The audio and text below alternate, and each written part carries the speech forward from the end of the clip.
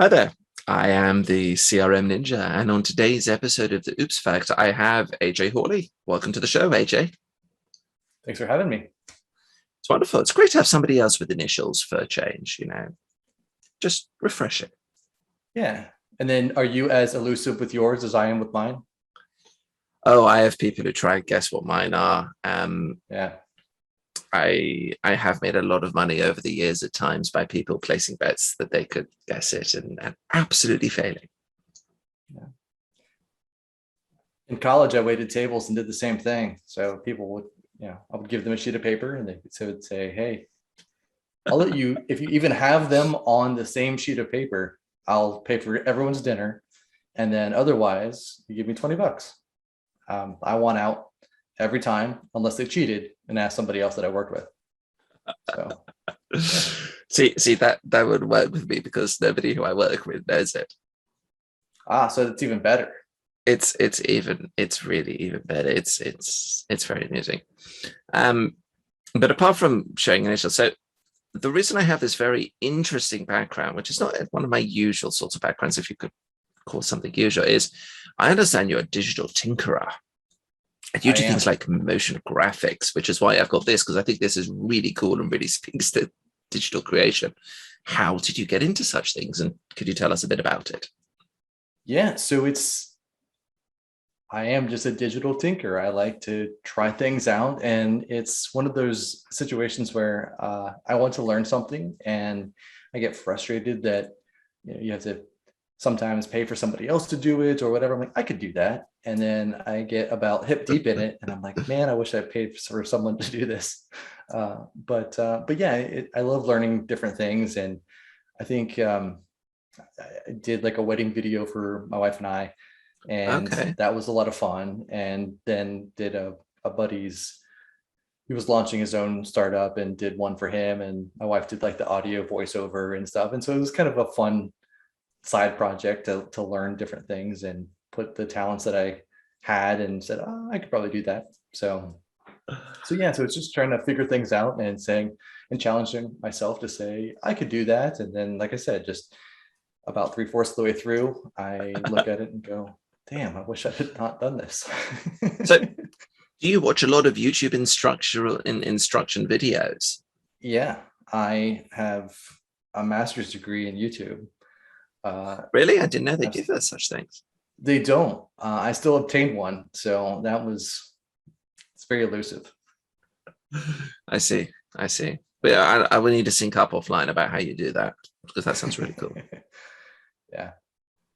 So actually, yeah, it's a lot of YouTube videos, a lot of just, reading people's blogs. And, I think as a lot of the same people that I know, there are so many smart people that want to just give content out. I actually pulled up one of your, not to, kiss your butt on your own show, but feel free to if you want to. Okay. So I pulled up one of your blogs and it saved me the other day. And I was like, oh yeah, that's how you do that. And I was showing somebody else that I was working with on the client side. Like, yeah, so there's this guy, he's the CRM Ninja, and he shows you how to pull this up. And I think you had gone through, I'm trying to think of what the situation was. It was a Power Automate issue. Okay. And you had gone through and I think it was pulling the option set values from a record. And you were going through and had written up, how to grab that and, pull those, doing the string maps and so on. And so it's like, yeah, this is great. So it's always nice to be able to write something about it once you figure it out. The problem is getting to the point you figure it out. Yeah. So what would you say has been your most ambitious digital tinkering project to date? When I first started out, I think it was probably the wedding video. So my wife and I, we didn't have a big bridal party. And so what we did instead of that, we did like testimonials. So if you remember like the high school, what are those called? The superlatives, right? Where they say most likely to, and so on. Yep. So we just did kind of questions like that and videotaped our friends and said who was most likely to do this and that. And then we had our true answers and we played that at our wedding instead. So it was a lot of fun, but at the same time, there was so much time that went into the video editing, the audio editing, the motion graphics for how all that went together, and the lower thirds at the bottom. So all that stuff, I think it was my most ambitious, obviously with a deadline, and then the failure factor there was pretty high too if it didn't work out. So it's like, oh, that's just everybody that I know here, so no big deal. That sounds really awesome. Well done on that. It worked out, so I kind of pulled that one out. Yeah. Cool. So from digital tinkering to the Oops Factor, what do you have to share with us today? Yeah, so I think the biggest thing that I've experienced is just, as far as Oops goes, is just kind of lack of communication. So Okay. that's happened quite a bit on, especially during transitions, right? So if you transition either on a new project, you go from, let's say, sales or delivery, or from even like the project management side. And I've been on the business analyst side for quite a long time, and just recently more on the technical side. Okay. So that was my first scenario, was starting out and moving into, it was my second project with a partner. And the first one was a 2-year long project that never really got off the ground. So we were in like the planning stages for 2 years, which didn't bode well. So the second project that I'm on, we had a project manager who, I'm not sure if you've ever worked with certain project managers that they own the project and they manage everything of it versus just like time, budget, and scope. And so let's not talk. That one's hitting a bit close to home at the moment, so let's not go there, please. So that was kind of the scenario where we were having the kickoff meeting that you would have when you first start a project, and the client is working with you to set up the agenda. You would do the requirements gathering and say, here's how we're doing our first discovery session, etc. And we're putting together the agenda for the discovery session. Now, this is my first time working with this particular individual and this team. And he's like, well, this is how I'm doing this. I'm setting up the agenda. I'm doing it this way. I'm doing it that way. Like, okay, that's kind of weird. Normally that would be my thing, because I would tell you how long it takes me to do this and walk through these different exercises, but okay. And so he's like, yeah, so you have 3 hours to do this, you have 4 hours to do this, and here's the agenda, you're doing this on this day, this on this day.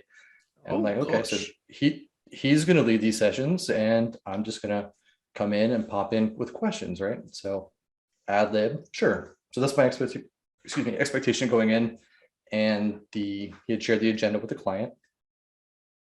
We get into day one, and it's 30 of the clients, executives and subject matter experts and whatever in this massive boardroom, our team, and then this gentleman. And he's like, all right, so I am the project manager for this project. Today we're gonna talk about this and this and this. Here's the agenda. AJ. And I'm just like deer in headlights going, cool. I have nothing prepared for this. I've done literally no communication with the client. There's been no expectation setting. So we're just going to give this the old college try. So how did that go? There was a little bit of hemming and hawing at first, trying to figure out cadence and whatever, but ended up okay. So that first day was a little rough. Luckily, you could talk about high level architecture and things like that, and explain what accounts were and contacts and how we use them and so on, and get a little feel for what they're trying to do. Okay. But as long as you were asking the questions and getting information, it was all right. But I definitely researched a lot more that evening, right, at the hotel, ready for the next day, going, okay, I know everything I need to know going into this. So that's interesting. I had a similar scenario to that some years back. I did not have 30 execs in the room. I had a decent number, but nowhere near that. And it was a bit being thrown into the deep end, rabbit in the headlights sort of thing. And there was a whiteboard in the room with marker pens. And my strategy was, because I had no idea what to do. I was feeling really junior at the time. I'm like, okay, it's the head honcho. Can you stand up? Here's a pen. I want you to put what your problem statement is on the board. And then I want you to say what your solution is. And then I want everyone to go around the room and I want you to make a wish, what do you like about it? Or what do you like about the system? What do you not like about the system? And I basically spent an hour doing that and just reading through their things and asking for their opinions and such, and got them to do all the writing, which was great. So that is fantastic. That's the opposite of my scenario. Like, Oh, yeah, you went in, you're like, oh, I'll wing it. And then it turned out fantastic. And then mine was, we're just going to drudge through this. But yeah, I mean, it ended up working out both ways, it looks like. so there's a little secret that I learned. Well, it's not a secret. I'll share it, and it's probably known. It's from a former FBI negotiator.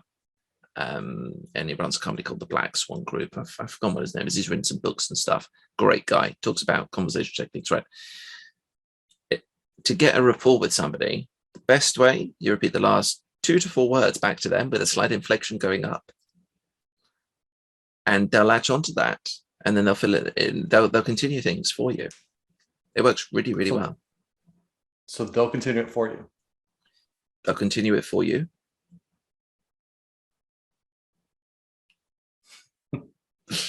Okay, maybe it didn't work quite well there, but yes. Yeah, a little awkward, but that's fine. I can see that. In sentences, you're just running with the flow for them. Yeah. Often shows that you're listening. I mean, if you just blankly do it every time, I think that could get old quickly. But I've heard that the same thing or very similar, where you would repeat the last thing that they said, or rephrase the last thing that they said to show that you understand it. It's like, okay, he's listening. Yeah, resonates well. And it's like, especially at the exec level, they're sort of wanting that sort of thing. So if you're ever thrown into a room again with 30 execs in, you know what to do, right? You wing it always and just hope for the best. Okay. Definitely having marker pens and something to write on, that's like almost a win-win situation. Sure, especially if it's a big room and it's a very small whiteboard. That way no one can see it from the back. Maybe you can create positive energy by getting people to stand up and walk to the front and talk about, everybody likes talking about their little thing, right? It knows that one person doesn't know anybody. It knows that one person, you can get them to talk for ages about it. You just make sure they don't talk for ages, but you get everybody to do that sort of thing. And then it's like, oh, okay, that's time for today, right? We'll reconvene tomorrow and we'll continue to go through it. That's a fair point. That was one of my first tactics when going into one of those kickoff meetings, was to ask especially if there were people that were doing the day job there. So not just, directors and above, but the actual people that are end users, Yeah. I'd ask them, what do you hate about your job? And what do you hate about Mondays? Right. So the task, give me something there. And so you would get people kind of side eye their boss, going, is this okay? And then the next thing they would actually answer though and say, I really hate doing this. And so as if you solved for that low hanging fruit and said, I'm going to do this, and this is the first thing that we're going to get rid of, that was a great way to engage. And they're like, wow, we can get rid of that. And I said, that's gone. So get those 2 hours back and we're good. And so then you could hear people whine a little bit about their own, their own day and a little bit of the drudgery that's there. But at the same time, they're able to understand, like, oh, I'm getting that. That's the first thing we're getting. And then they tell everybody else, we're getting rid of this. We don't have to do this anymore. It's going to be awesome. Yeah, that's definite. So obviously for the last year or two, been delivering virtually everything, 100% virtual delivery. And it's a bit more difficult to get people engaged on it. So normally, instead of just asking them for something, like, I give them a scenario. And because we're talking about business application systems and such, I turn around and say, okay, who can identify with the phrase death by Excel? How many versions of single Excel spreadsheet do you have floating around the place, sent via email? You don't know if you've got version 3.1 or somebody's got version 3.2, which one you're working on. I said, actually, if you can have a system that you just go into, you can output to Excel if you really need to, but you just go straight into it. And you suddenly see people's eyes start to light up and they start talking about these or their spreadsheets, which is great. Yeah. I think that death by spreadsheet, and then at the same time there's someone close to me that they use Excel almost like a database, where they have 30 or 40,000 lines in their in their Excel spreadsheet. And when their computer ends up crashing, he said, well, yeah, this makes a lot of sense because you're keeping all of, okay, never mind. Yeah. Definitely. Yeah. Well, AJ, it's been really great to have you on the show. Thank you so much for your time. Thanks for having me. It's been an absolute pleasure. Viewers, we hope that you've enjoyed the episode and learned some important lessons from it, such as how to go into scenarios, when to prep, when to not prep, and when to just ad-lib it. Remember, whiteboard pens, amazing. Feel free to check out the rest of the Oops Factor playlist, subscribe to the channel, and take a look at the blog. And if you would like to come on the show, hit the link in the description below, put your details in, and I'd love to invite you on. But above all, have a wonderful day.